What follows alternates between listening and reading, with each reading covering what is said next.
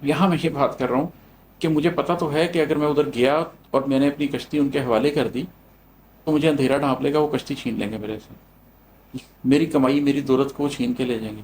لیکن مجھے ساتھ ہی یہ بھی پتا ہے کہ اس زمانے کے اندر یہ ممکن نہیں ہے کہ میں مغربی ساحلوں پر نہ جاؤں، جیسے ان ملاحوں کے لیے یہ ممکن نہیں تھا کہ وہ مشرقی ساحل پر ہی بیٹھے رہے، روزگار نہیں آتا رہے گا۔ انہوں نے مشرق سے مغرب کی طرف کسی نہ کسی طریقے سے کشتی تو چلانی تھی، لوگوں کو ادھر لے کے جانا تھا، ادھر سے لوگوں کو واپس لے کر آنا تھا، اس دریا میں اپنی روزی روٹی تو کمانی تھی، وہ مجھے بھی کمانی ہے۔ چنانچہ اس کی وجہ سے میں چائنیز کے ساتھ بھی کام کروں گا، اس کی وجہ سے میں امریکنس کے ساتھ بھی کام کروں گا، میں یورپینس کے ساتھ بھی کام کروں گا، میں پوری جو یاجوج ماجوج تہذیب ہے، پورا جو پوسٹ ماڈرنزم ہے، ان لوگوں کے ساتھ انٹریکشن پہ تو رہوں گا، اس کے بغیر میں زندگی نہیں گزار سکتا، میں رہبانیت اختیار نہیں کر سکتا۔ اور لیکن اگر میں ان کے بیچ میں جا کے رہوں گا تو یہ بھی بڑا کمال فن ہوگا، یہ مجھ سے ہونا نہیں ہے، میں اپنی کشتی کے وہاں بیٹھوں گا۔ تو میں ایسے میں کیا کروں؟ اس صورت میں کیا کروں؟ اگر میں وہاں نہیں جاتا، اگر میں ان سے رابطہ نہیں رکھتا تو میں دنیا میں اتنا پیچھے رہ جاؤں گا کہ ترقی نہیں کر سکوں گا، اور اگر میں ان کے ساتھ رابطہ رکھتا ہوں اور ان کے رنگ میں رنگ جاتا ہوں تو میں ختم ہو جاؤں گا۔ سو ان مسائل کا ایک ہی حل ہے جو مستقل ہے۔ مجھے خبر ہے کہ اپنی کشتی کو مشرقی ساحلوں پہ رکھ کر میں اہل مغرب سے کس طرح خود کو دور کر لوں تو جی سکوں گا،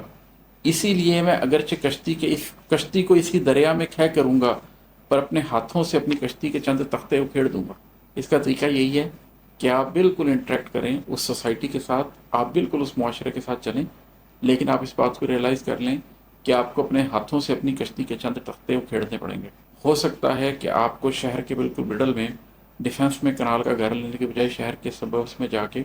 4 کنال 5 کنال 6 کنال جگہ لے کر اس پہ رہنا پڑے۔ ہو سکتا ہے آپ کو یہ کرنا پڑے کہ جب آپ بہت پیسے کما لیتے ہیں تو بینکوں میں مت رکھیں ان پیسوں کو کسی سونے چاندی میں کنورٹ کر لیں، ان کو کسی انٹرنسک ویلیو والی چیز میں کنورٹ کر لیں۔ ہو سکتا ہے کہ آپ کو کوئی ایسی اپرچونٹی ملے جس کے اندر آپ کو وقتی طور پہ لگے کہ میں کسی میوچل فنڈ میں پیسے ڈال کے یا کسی ایسی انویسٹمنٹ میں پیسے ڈال سکتا ہوں کہ جس میں بہت ترقی ہو، لیکن وہ پوری کی پوری ڈپینڈنسی مغربی نظام کے کھڑے رہنے پر ہو۔ دا مومنٹ مغربی نظام فال کرے آپ کا بھی سارا کچھ ڈوب جائے۔ تو ایسا کرنے سے بہتر ہے کہ اپنی کشتی ان کے حوالے مت کریں، اپنی کشتی کو بچائیں، اس کے تھوڑے سے پھٹے توڑ دیں، تھوڑے سے نقصان کے ساتھ جی لیں، لیکن اس بھرم کے ساتھ جئیں کیا مجھ سے یہ کشتی کو چھین نہیں سکتا، اب اس کی جو بھی ویلیو ہے وہ صرف میرے لیے ہے، وہ میرے ہی کام آئے گی۔